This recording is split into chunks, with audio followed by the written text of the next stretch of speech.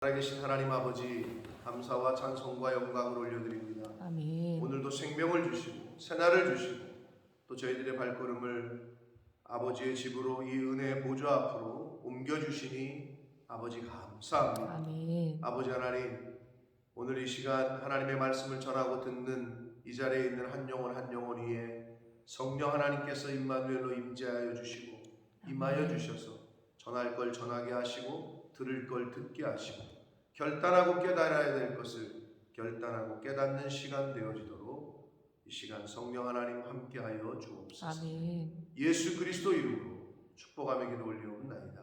아멘. 아멘. 자, 20장은 이 장면이 좀 바뀌었습니다. 어제까지는 아합과 엘리야의 이야기가 이어오다가 20장에서 아람과 이스라엘의 싸움이 기록이 되는데 21절까지가 첫 번째 싸움이고 22절부터는 두 번째, 아람이 1차, 2차 공격을 합니다. 당시에 아람 왕이 벤하닷이고 이 벤하닷 왕이 1차, 2차에 걸쳐서 공격을 하는데 상식적으로는 상대가 안 됐어요. 10만 명이 넘는 인원이었고 아람 군대는 이스라엘 백성들은 성경에 보니까 약 7천여 명, 10만 명 대 7천 명. 이건 상대가 안 되죠. 그런데 하나님께서 그 전쟁에서 이 이스라엘에게 승리를 주십니다. 그런데 당시에 이스라엘은 누구였다고요? 아합 왕이었어요. 아합 왕은 어떤 왕이에요? 하나님을 잘 섬기는 왕? 그렇지 않습니다. 아주 악한 왕이고 우상 숭배를 하던 하나님 보시기에 악한 왕이었다. 근데 여러분, 그냥 단순하게 생각해서 왜 그런데 하나님께서 그 아합 왕에게 함께 하셔서 이스라엘을 아람과의 전쟁에서 승리하게 하셨을까요?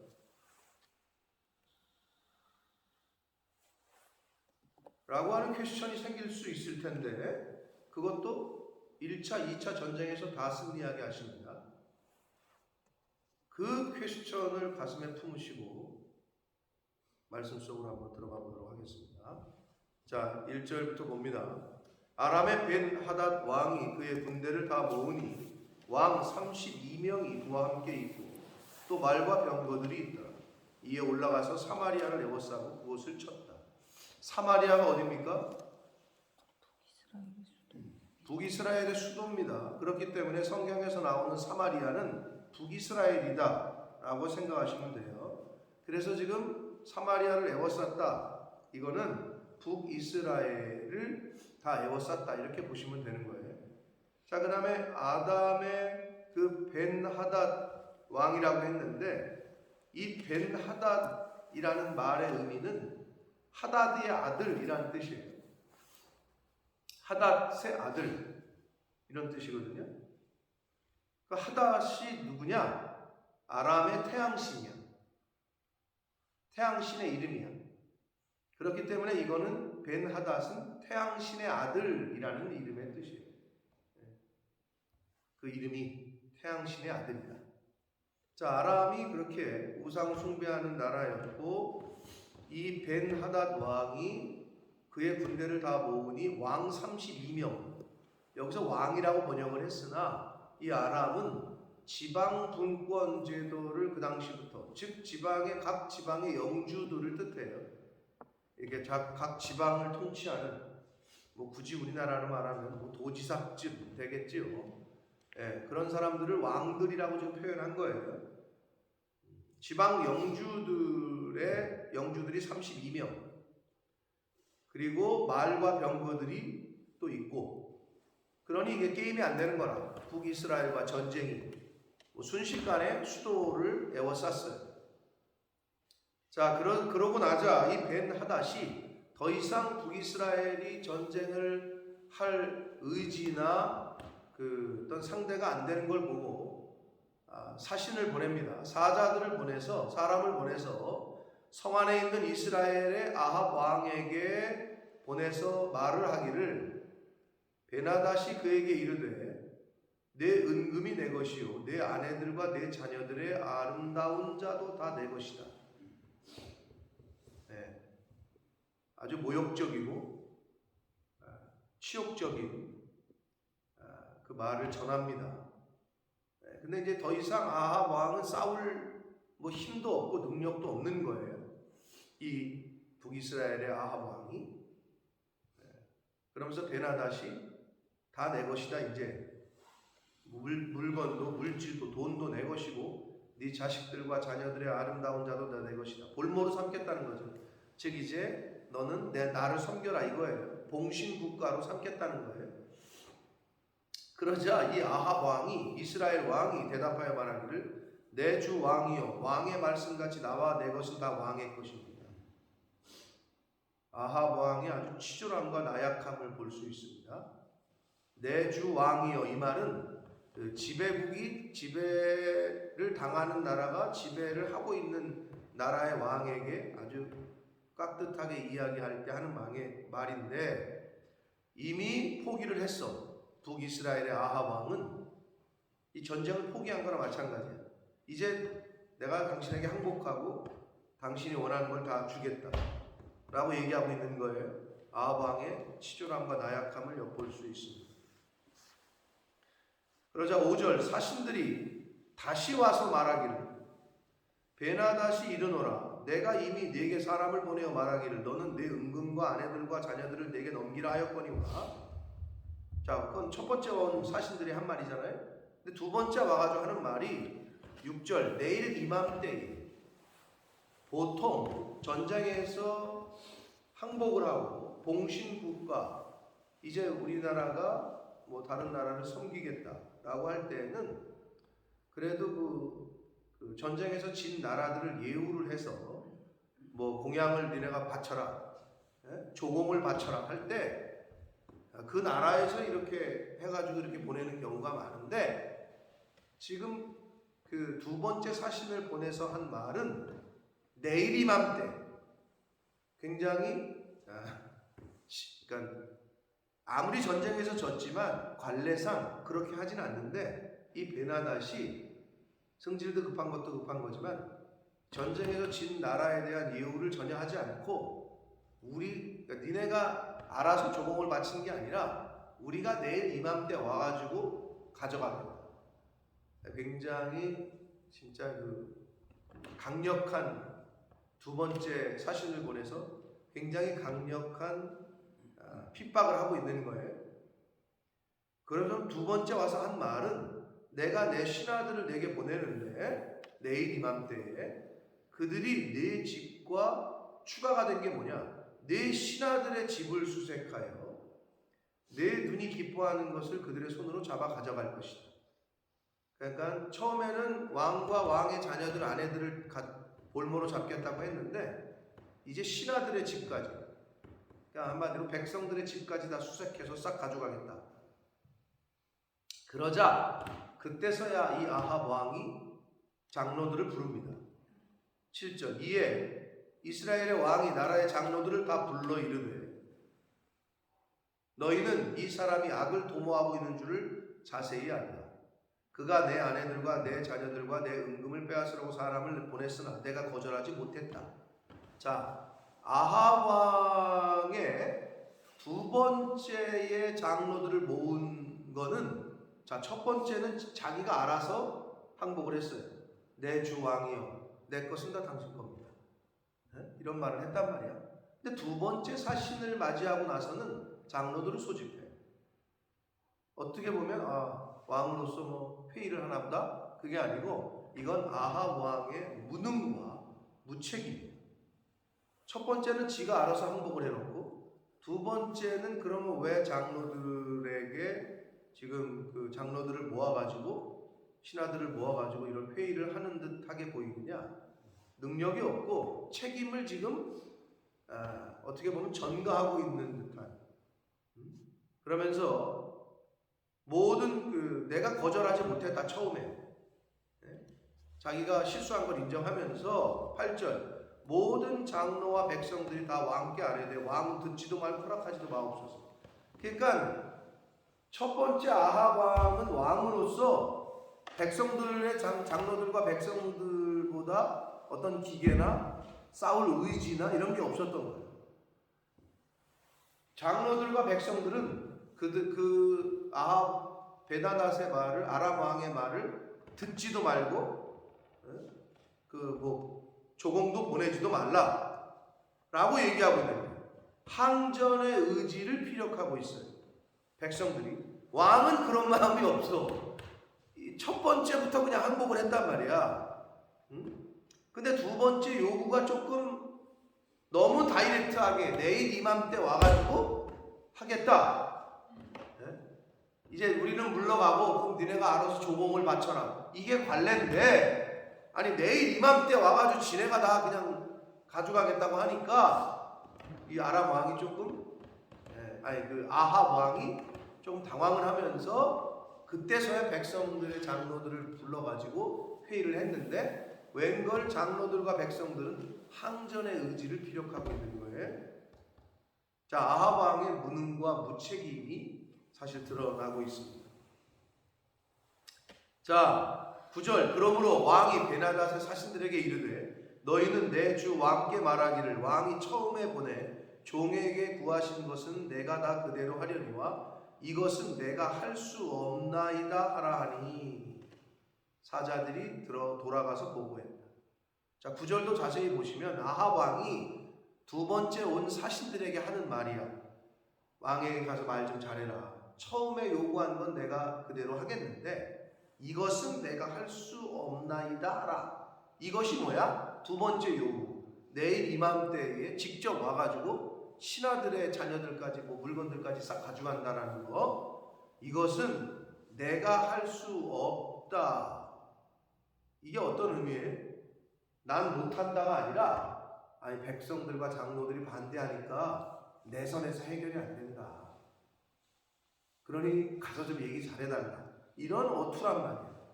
우리는 그거는 못 받아들인다. 네? 그런 과도한 요구는 우린 받아들일 수 없다. 왕으로서 지도자로서 그렇게 얘기하는 게 아니라 내가 할 수 없다. 백성들과 장로들이 반대한다. 그러니 가서 얘기 좀 잘해달라. 이 아합 왕의 아주 유약함과 치졸함과 무능력함이 지금 그대로 나타나고 있는 거예요. 그러자 아람의 사신들이 가서 보고를 합니다. 그러자 벤하닷이 그 얘기를 듣고 10절 다시 사람을 보내요. 그러면서 뭐라고 그러냐? 사마리아는 북이스라엘에 부스러진 것이 나를 따르는 백성의 무리의 손에 채우기에 부족할 것 같으면 신들이 내게 벌 위에 벌을 내림이 마땅하다. 이게 뭔 얘기냐면 부스러진 것은 그 티끌이나 재를 뜻해요. 그러니까 아람 군대가 한 사람당 북이스라엘에 무너진 그 완전히 쑥대밭 재를 만들어 티끌을 만들어 버리겠다는 거고, 그 티끌을 한 사람당 한 주먹씩 가져와도 모자랄 정도로 그렇게 만들어 버리겠다. 한마디로 싹 쓸어 버리겠다. 니네들 재로 만들어 버리겠다 이 말이야. 그렇게 안 하면 모든 신들이 나에게 벌을 줘도 나는 상관없다. 한마디로 북이스라엘을 완전히 쓸어버리겠다 이렇게 얘기하고 있는 거예요. 자, 그러자 11절 이스라엘 왕이 아합 왕이 대답하여 이르되 갑옷 입는 자가 갑옷 벗는 자 같이 자랑하지 못할 것이라 하라. 이거는 당시의 속담과 격언인데 쉽게 말하면 이 얘기야. 싸워보지도 않고 미리 장담하지 말라. 즉 길고 짧은 것은 대봐야 한다. 아주 또 이때는 이렇게 얘기합니다. 길고 짧은 것 대봐야 한다. 한마디로 이렇게 얘기를 합니다. 그러자 12절 그때의 베나닷이 왕들과 장막에서 마시다가, 아니 10만 군대 입장에서는 10,000명도 안 되는 조그만 그 적군을 보면서 우습지. 그러니까 그냥 이 리더 그룹인 왕과 이 봉신 그 영주들은 그냥 술이나 마시고 있는 거예요. 그러다가 그 말을 듣고 그의 신하들에게 말합니다. 너희는 진영을 치라. 함에 곧 성읍을 향하여 진영을 쳤다. 공격 준비를 하라는 거예요. 최후의 공격을 사마리아 공격을 준비를 시킵니다. 자, 여기까지는 뭐 그래요.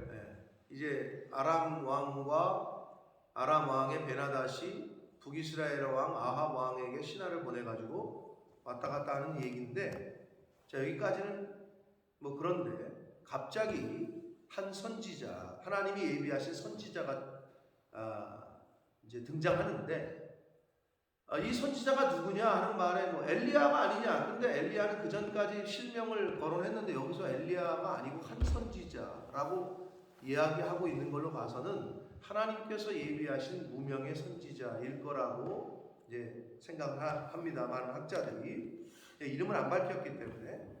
자, 무명의 선지자가 이스라엘의 아합 왕에게 나아가서 하나님의 말씀을 전하기를, 여호와의 말씀이 내가 이 큰 무리를 보느냐.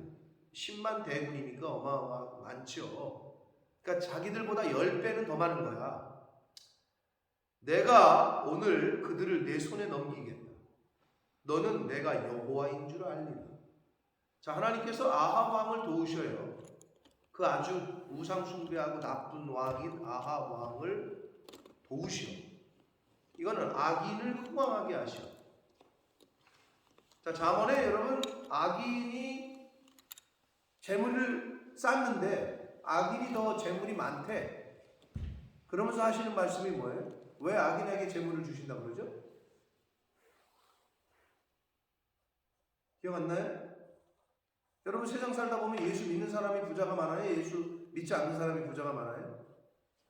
뭐 잘 모르겠지만 둘 다 많은 것 같은데, 나만 아니고 세상에 돈 많은 사람이 많은데 예수 안 믿는 사람도 돈이 많죠? 근데 그걸 잠언에 분명하게 얘기를 했다고. 왜 악인이 재물을 쌓는다고요? 악인이 재물을 쌓으면 어떻게 된다고 그래요? 기억이 안 나요? 그 재물을 하나님의 사람들에게 주려고 라고 말씀한다고. 그 악인이 재물을 쌓으면 그 재물이 하나님의 사람들에게 사용하게 하시려고 하는 말씀이 나오는데, 자, 여기서 그러면 이제 거의 힌트가 다 끝났어요. 아합 왕, 우상 숭배하는 아주 악한 왕 아합 왕에게 왜 하나님이 그 아합 왕을 도와가지고 왜 이 아람 군대에서 전쟁에서 승리하게 하실까요? 물론 내가 여호와인 줄 알게, 아합 왕에게 하나님이 하나님이신 줄 알게 하려고 하셨나? 그게 1차적인 표면적인 이유인데,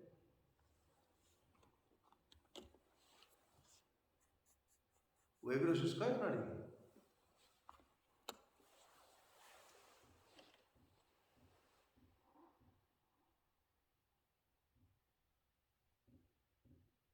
아합 왕이 악한 거예요? 이스라엘 백성이 악한 거예요? 아합 왕이 악한 거예요. 하나님은 이스라엘 백성들, 자기가 택한 백성들에 대한 사랑이, 만약에 이걸 안 도우면 어떻게 돼요? 다 죽는 거야. 첫째는 이 불신하고 우상 숭배하는 아합 왕에게 너 똑똑히 봐. 이길 수 없는 전쟁에서 내가 이기게 해줄게. 내가 여호와인 줄 네가 알 거다. 이게 첫 번째 이유고, 두 번째는 하나님은 하나님의 남겨둔 7,000명이 있다고 그랬죠? 그게 꼭 7,000명인지 숫자로 6,999, 7,000 이수인지 그냥 하나님의 완전수, 하나님의 남겨둔 사람인지 둘 다 맞다고 할 수 있어. 아무튼 바알에게 무릎 꿇지도 않고 절하지도 않는, 입맞추지도 않은 7,000명이 있대. 그럼 의인들도 싹 죽거나 고난을 당해야 돼요. 네? 하나님은 그러신 분이 아니라는 거지. 그래서 어떻게 이 두 가지 이유에서 아합 왕에게 전쟁의 승리를 하게 하십니다.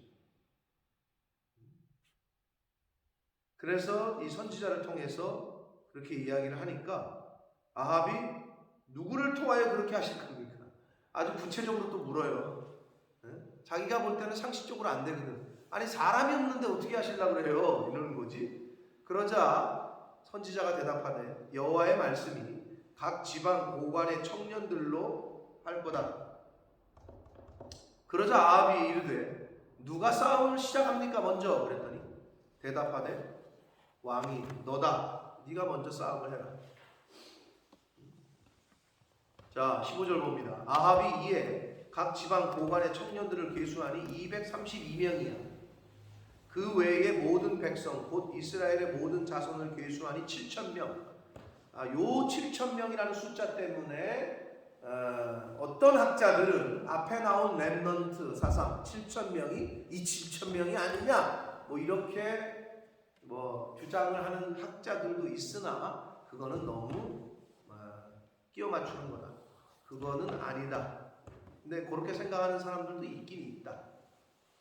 왜냐하면 그 전쟁에 준비하신 7,000명인가 그건 아니라는 거예요. 아무튼 7,232명밖에 없는 거야. 지금 이게 7,232명 대 10만 명과의 싸움이야. 10만 명이 넘는. 자, 그런데 그들이 정오가 지나, 즉 12시가 지나서 이제 앞으로 나가는데 전장하러 베나닷은 장막에서 돕는 왕 32명과 더불어 마시고 취했다. 자, 이 베나닷은 아주 교만과 자만이 하늘을 찌릅니다. 그러니까 누가 봐도 상식적으로는 잽이 안 되는, 싸움이 안 되는 전쟁이니까 흥청망청 영주들과 함께 마시고 취하고 있다. 여러분 이건 뭐 세상의 원리도 똑같습니다. 자만하고 교만하면 패망합니다. 자만하고 교만하면. 자, 1차적으로 그렇고 이제 하나님의 뒤에서 섭리를 하시는데, 자 17절 각 지방의 고관의 청년들이 먼저 나갔더라. 베나닷이 정탐꾼을 보냈더니 그들이 보고하여 이르되 사마리아에서 이제 고관의 청년들이 먼저 나갔다. 이 나오는 거죠. 전쟁하러 사람들이 나옵니다. 그랬더니 이 아람 왕이 말하기를 야 그들이 항복하러 나올지라도 사로잡고 싸우러 나올지라도 사로잡아라. 아주 그냥 콧대가 기세가 등등합니다. 자 그런데 여기서 아주 굉장히 짧게 성경이 이야기하는데 19절 각 지방 고관의 청년들과 그들을 따르는 군대가 성읍에서 나가서 20절 각각 적군을 쳐 죽이매 아람 사람이 도망하는지라 이스라엘이 쫓으니 아람 왕 베나닷이 말을 타고 마병과 더불어 도망하여 피했다. 21절 이스라엘 왕이 나가서 말과 병거를 치고 또 아람 사람을 쳐서 크게 이겼더라. 자 근데 여기서 이제 재미난 게 있어요. 자 상식적으로 10만 명과 7,232명과의 전쟁은 이건 상대가 안 되는데 그럼 우리가 이렇게 얘기할 수 있죠. 하나님이 이기게 해주셨다. 뭉뚱그려서. 그게 아니고 그럼 구체적으로 어떻게 이기게 해주셨냐는 거지. 근데 성경에 기록은 없어. 근데 우리가 추측할 수 있는 건 첫째, 상대방은 너무 교만하고 자만했다. 너무 우습게 봤어. 깔봤어. 그럼 둘째, 이스라엘 쪽에서는 어떻게 했느냐? 7,232명이 여기 보면 조금의 힌트가 있습니다. 각각 적군을 쳐 죽였다. 이렇게 돼 있어요. 각각이라는 표현에 우리가 주목해야 되는데 이스라엘 군대는 상대는 너무 방심하고 교만하고 자만해 있어. 근데 이스라엘 군대는 아주 치밀하게 계획해서 각각에 맡겨진 임무가 있었던 거죠. 몇 명은 이쪽 방향, 몇 명은 이쪽 방향, 몇 명은 이쪽 방향. 이렇게 치밀하게. 자 그리고 우리가 자연스럽게 추론할 수 있는 것이 왕과 32명의 그 영주들이 술을 먹고 이렇게 널브러져 있는데 그럼 그 밑에 사람들은 이러겠지. 우리가 왕을 보호하기 위해서 정신 똑바로 차리고 있어야 돼. 이러면 다행인데 윗물이 들어오면 흐르면 아랫물도 들어와요. 윗물이 맑아야 아랫물이 맑지. 아니 왕과 지방 영주들이 그렇게 술 먹고 놀고 앉았는데 그 밑에 사람들도 어떻게 자연스럽게 7,000명 정도는 뭐 껌이지 뭐 이런 사상이 그런 생각이 그 군대에 있었을까 없었을까? 자연스럽게 있었을 거라고 예상이 되는 가운데 이스라엘 군대는 죽기 살기로 또 하나님께서 함께 하신다고 하셨으니까 그 7,232명이 각각의 임무를 가지고 일사불란하게 치밀하게 움직였다. 그래서 7,232명의 이명과 10만 명의 전투에서 승리를 거두게 되는 거예요. 그냥 하나님이 도우셨다. 뭐 이렇게 해도 뭐 여러분들은 아멘 하시겠지만 일반적인 상식적으로 7,000명 대 10만 명이 넘는 사람과의 전쟁에서 이건 말이 안 된다고 생각을 하는 거죠. 일반적인 사람들은. 그러나 충분히 개연성이 있다는 걸 지금 제가 다시 말씀을 드린 거고, 또 여기서 중요한 포인트는 뭐냐? 누가 먼저 싸움을 시작합니까? 할 때 왕이다, 너다. 하나님의 사람이 그렇게 말했거든. 그런데 보면 19절에 보면 각 지방 고관의 청년들과 그들을 따르는 군대가 성읍에서 나갔다. 아합이 나간 거야, 안 나간 거야? 아합은 안 나갔다. 이 아합 왕이 이렇게 치졸해. 자기가 그럼 나를 따르라 이래야 되는데 니네들은 나가라. 나는 여기서 있겠다. 지는 나가지 않아. 그리고 언제 나와? 그 고관의 청년들과 이스라엘 군대가 각 적군을 쳐서 죽이니까 아람 왕의 베나다시 말을 타고 도망가니까 21절 이스라엘 왕이 나가서 말과 병거를 치고 아람 사람을 쳐서 크게 이겼다라고 성경은 말해요. 여러분,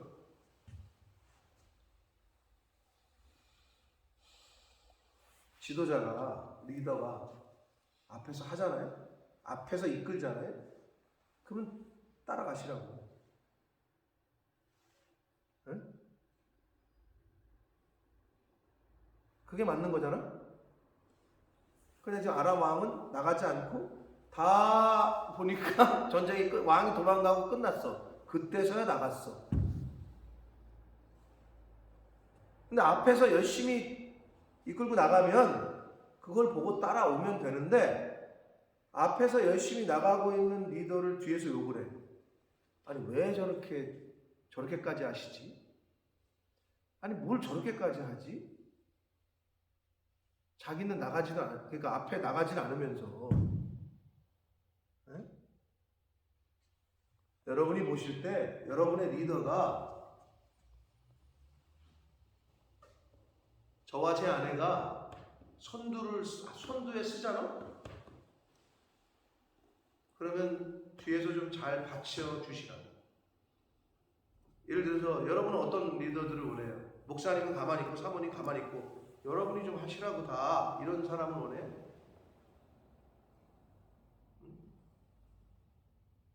아합 왕은 그런 사람이었지. 자기 뒤에 빠져있고 니네가 다 그럼 정리해 놓으면 그때 딱 등장해.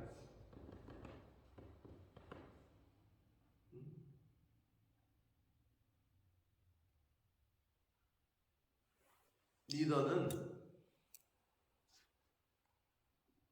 여러분 요단강 건널 때 누가 제일 먼저 건너죠? 제가 그 말씀을 읽으면서 너무 은혜도 받았고 감동이 되고 성경에 뭐라고 나오는지 알아요? 제사장들이 언약궤를 메고 젖은 땅, 요단강을 밟지 않아. 그러니까 젖은 땅이래. 바닷가에 물을 담그는 거는 제사장들이었어. 근데 성경이 그 다음에 뭐라고 나오는지 알아요? 그러자 백성들은 마른 땅을 건넜다. 이렇게 나와요. 물을 적시는 거는 즉 물을 적시고 처음에 발을 띄는 건 제사장들이에요. 그럼 백성은 마른 땅을 건너게 했다. 여러분 그렇게 하면 보시고 가끔 이제 그런 거 있어요. 아유 뭘 사모님은 이렇게 맨날 이렇게 많이 싸워. 그런데 그 다음부터 아무도 싸우질 않아. 그러니까 근데 자꾸 또 그렇게 욕이 아니라 자꾸 이렇게 뭐 그렇게까지 하냐고 자꾸. 그러지 말고 나도 본받아야 되겠다. 저렇게 준비하는 건 좀 본받자. 아니 이렇게 생각할 것 같은데 되려 약간 핀잔을 주는 듯한. 아니 왜 이렇게까지 하냐. 근데 어떻게 맞는 거예요? 여러분 왜 그렇게까지 하는지 알아요? 제가 왜 저도 그렇게 얘기할 때가 있어, 제 아내에게. 근데 그게 왜 그렇게까지 하냐? 사랑하기 때문에. 관심이 있고 사랑하기 때문에 그렇게 하는 거예요. 아니 뭘 애들한테 하는 걸 이렇게까지 해요? 그 영혼을 사랑하니까. 관심이 있습니다. 왜? 사람은 다 알아.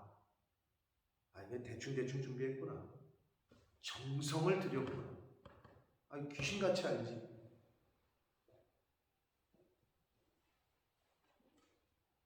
그래서 그걸 애들이 알아서 뭐라고 얘기하는 거야. 사모님, 목사님, 오늘 저희는 밥을 먹은 게 아니라 사랑을 먹었습니다. 이렇게 얘기한다니까, 안 믿는 애들이. 그것도 믿지 않는 애들이 그렇게 표현을 한다니까. 제 아내가 어제 그러더라고. 어떤 목사님 설교를 듣고 너무 은혜를 받았대. 그래서 제가, 아니 내 설교를 듣고 좀 이렇게 은혜를 받아봐. 막 은혜를 받아가지고 나한테 와가지고 얘기를 하는 거야. 뭔데 그래? 교회는 몇 명이 모이건 다 필요 없다. 교회는 어떤 영혼이 들어왔을 때 하나님의 사랑을 느끼면 그게 교회예요. 근데 아무리 수십 명, 수천 명, 수백 명이 있는데도 하나님의 사랑이 아니라 그 영혼이 느낄 때, 야, 여긴 계산적인 사랑이다. 야, 여기는 기브 앤 테이크다. 이렇게 느껴지면 그건 이미 교회로서의 의미를 상실합니다. 여러분, 기브 앤 테이크는 누구나 다 잘해요. 근데 그것도 못하는 사람이 있지. 저쪽에서 분명히 줬는데 나도 이만큼 줘야 될 것 같은데 이것도 못 주는 사람이 있어. 근데 보편적으로 기브 앤 테이크는 조건적인 사람이지. 마지막에 교회에서 사람들이 원하는 것은 예수님의 사랑. 무조건적인 사랑. 자신을 내어주는 사랑. 이거를 보기를 원해. 물론 자기들도 그렇게 안 하면서 교회는 그래야 되는 거 아닙니까? 지들도 그렇게 안 살아. 근데 그렇게 생각을 해.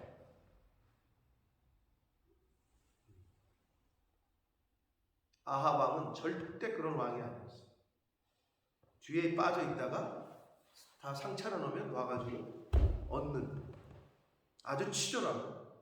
아니 좀 전에 내 주 왕이여 내 것이 다 당신 겁니다 라고 말했던 이 아합 왕이 청년들이 나가가지고 그 7,000명이 나가가지고 목숨을 걸고 싸워서 이제 좀 이기니까 하나님이 그렇게 은혜를 주시니까 그때서야 나가가지고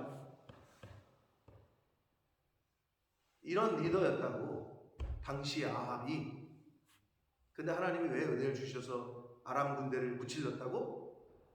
하나님이 남겨두신 백성들을 사랑합니다.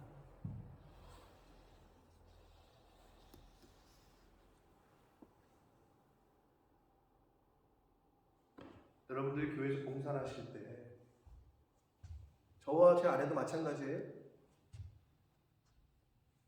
봉사하면 힘들어. 희생하면 힘들어. 안 힘든 게 어디 있어. 사랑은 희생이라니까. 힘들어. 사랑하려면 나를 희생해야 돼. 예수님처럼 어떤 모양이든. 자, 근데 힘들어. 근데 왜 하느냐?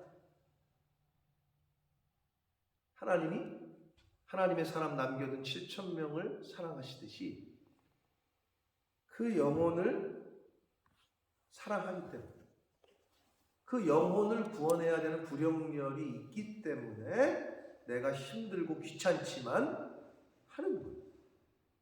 이게 다야. 그런데 봉사를 하는데 누가 마음에 안 들고 누가 마음에 안 들고 나를 뭐 기분 나쁘게 하고 나를 알아주지도 않고. 아니 이거는 하나님이 원하시는 봉사자의 태도가 아니라, 그건 진정한 의미의 디아코노스가 아니라고. 그건 섬김이 아니라고. 아니 누가 봐주면 하고, 그리고 나 좀 힘드네 좀 더 편한 길로 하고. 그럼 세상 사람들도 다 하지.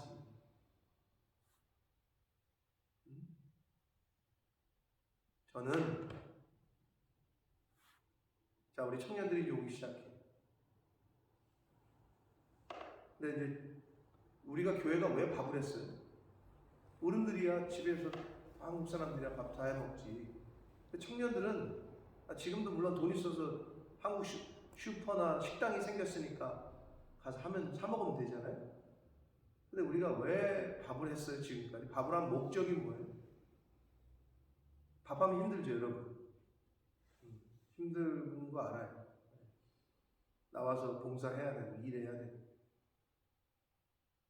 자, 우리가 그거라도 안 하면 여러분 어떻게 청년들에게 사랑을 전할 거예요? 너무 좋은 통로였지 그게. 예수님이 보여주신 식탁 공동체는 너무 좋은 통로예요. 남을 대접하는 데 있어서. 자, 그런 마음으로 한 거지. 저는 그랬기 때문에 그래서 복을 받았다고 생각을 해요.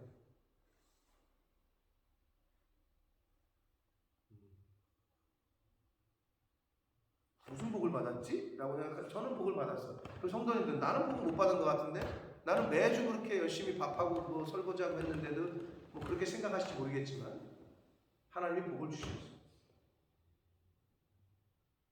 23년을 이 교회를 그렇게 지키고 이끌어온 여러분들에게 하나님이 복을 주셨다.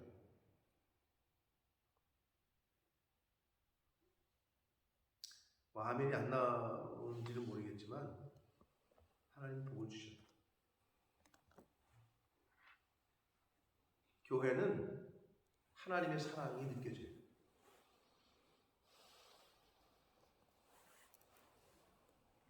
그러려고 교회 다니는 거라니까.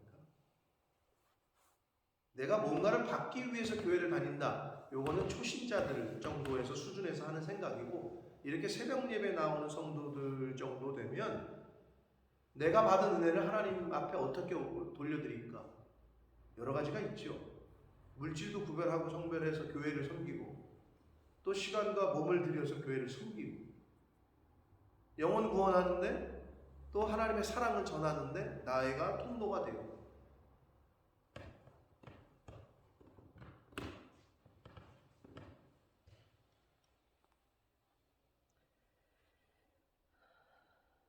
사랑하는 성도 여러분, 바라기는 하나님의 사랑의 은혜를 여러분이 입으셨다면 그 사랑을 전해줄 수 있는 삶을 사시는 저와 여러분 되시길 축복합니다. 아멘. 그게 이 땅에서 우리가 살아가야 되는 하나님의 자녀된 사람들의 존재의 이유입니다.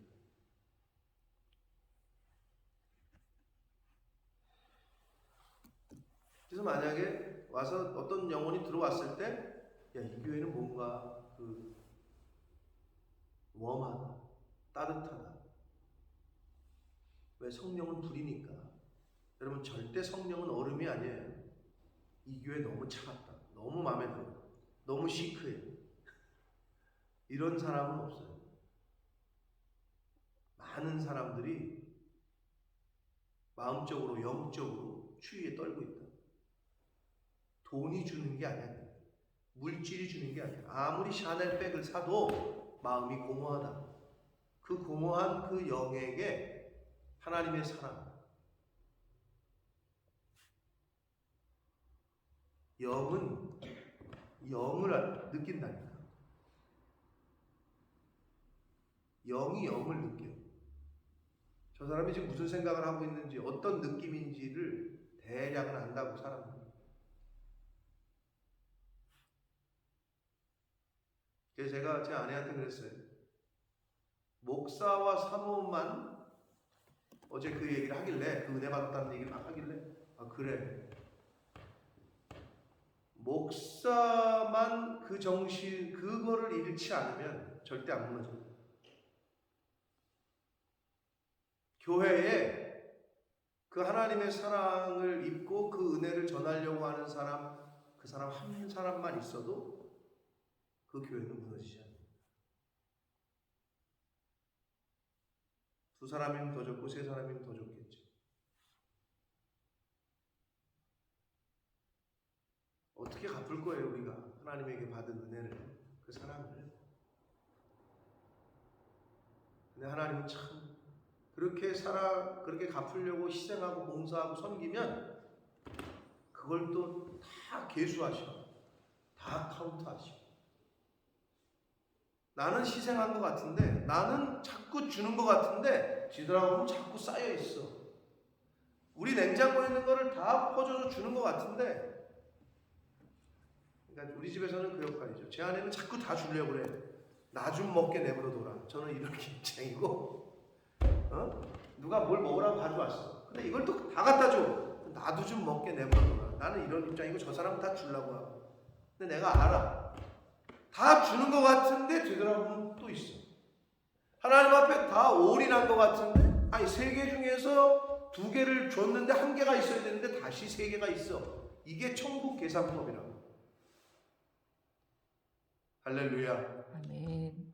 여러분 그걸 좀 경험하시기를 축복합니다. 아멘. 주는 자가 복되다는 걸 경험하십니까? 네, 받는 게 더 좋던데 라고 생각하시는 분들 있는 것 같은데, 주는 자가 복된 거예요. 여러분 그걸 경험하셨죠? 하나님이 어떻게 역사하시는지. 이게 진리일진데 여러분 삶 속에서 그게 경험되어지고 체험되시기를 축복합니다. 아멘. 아합 왕 같은 이런 치졸한 그런 삶을 사는 저와 여러분은 되지 맙시다. 다 해놨을 때 뒤에 나타나가지고 숟가락 얹는 거. 네. 근데 저도 한국에서 목회에서 똑같았을지 몰라요. 목사가 이렇게 하기가 쉽지 않죠. 이게 뭐야 하기가. 한국에서는 상황 그래도 또 잘 섬겨주시니까 한국에서는 한국 교회 형편대로, 근데 여기는 여기 교회 형편대로 하지만 성도는 성도로서의, 목사는 목사로서의 그 기본적인 자세를 잃지 말아요.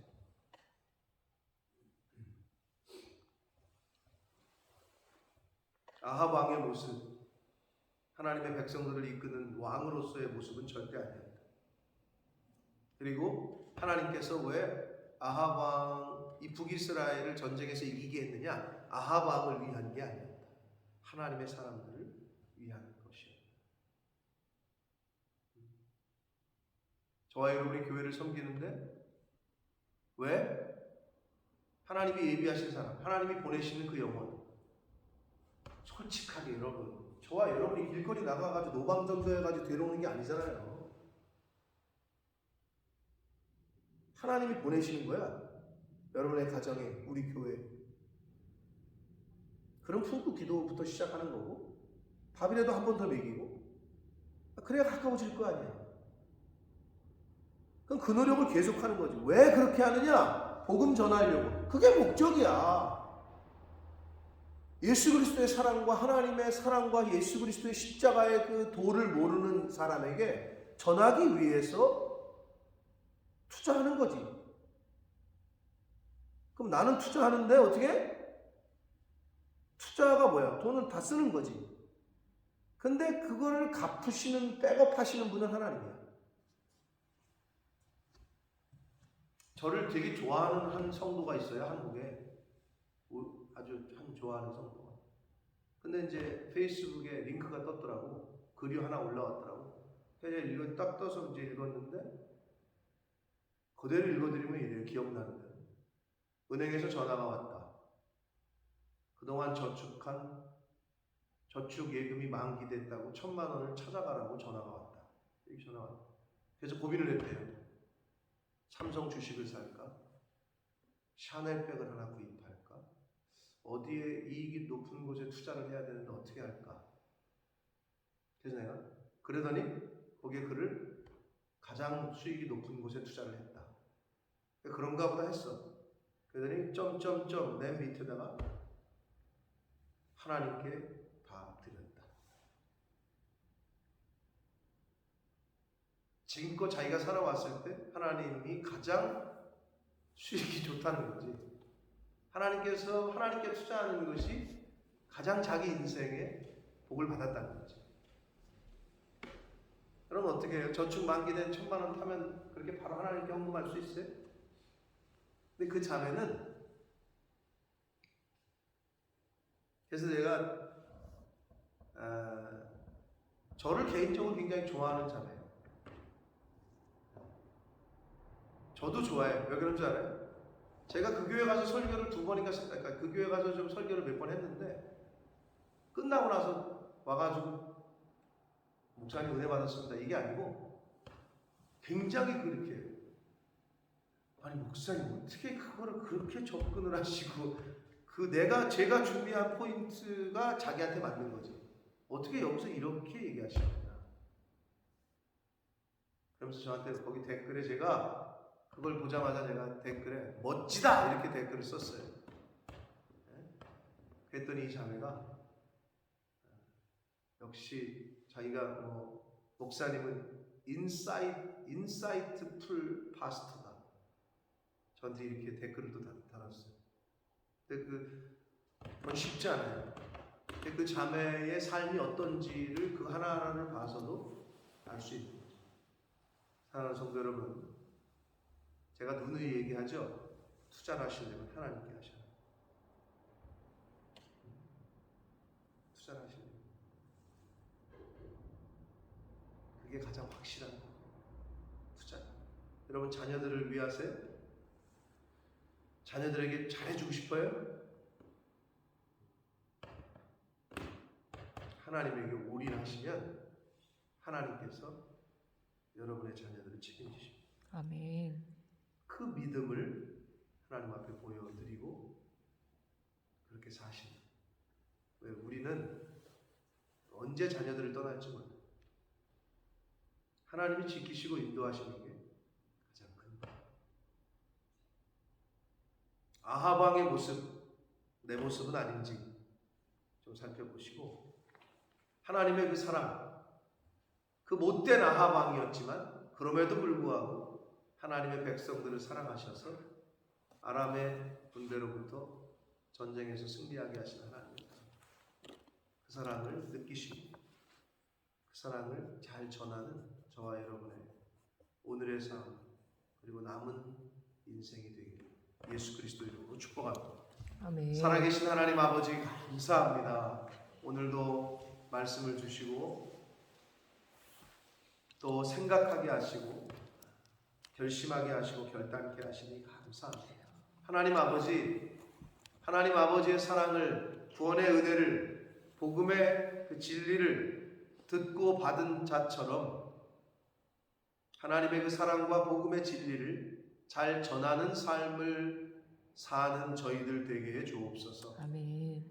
나가서 식음을 전폐하고 세상 일을 하지 않고 나가서 복음을 전하고 노방전도하는 그렇게 하라고 하시는 것도 아닌데도 불구하고 하나님께서 저희들이 이 땅에서 생활하면서 하나님의 그 사랑과 그 은혜를 전하는 통로로서의 삶을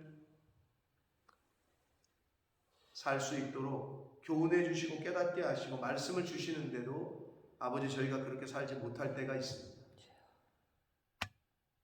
예수 그리스도의 십자가의 그 사랑은, 십자가의 그 희생이 곧 사랑으로 전 세계 사람들에게 오늘날까지 전해지고 있다는 것, 하나님의 사랑을 전하기 위해서 희생이 필요하다는 것. 아버지, 이제는 하나님이 주신 은혜와 그 사랑을 나눠주고 베푸는 그러한 삶을 이제 남은 인생 가운데 살게 하셔서 할 수만 있으면 영혼 구원하는 일에 아직 믿지 못하고 복음을 듣지 못한 영혼들에게 할 수만 있으면 하나님의 사랑을 느끼게 해주고 전하는 일에 그 도구로 통로로 사용되어지는 저의 인생 그리고 이 자리에 있는 하나님의 사람들의 인생이 되게 하여 주옵소서. 아멘. 예수 그리스도 이름으로 축복하며 기도 올리옵나이다. 아멘.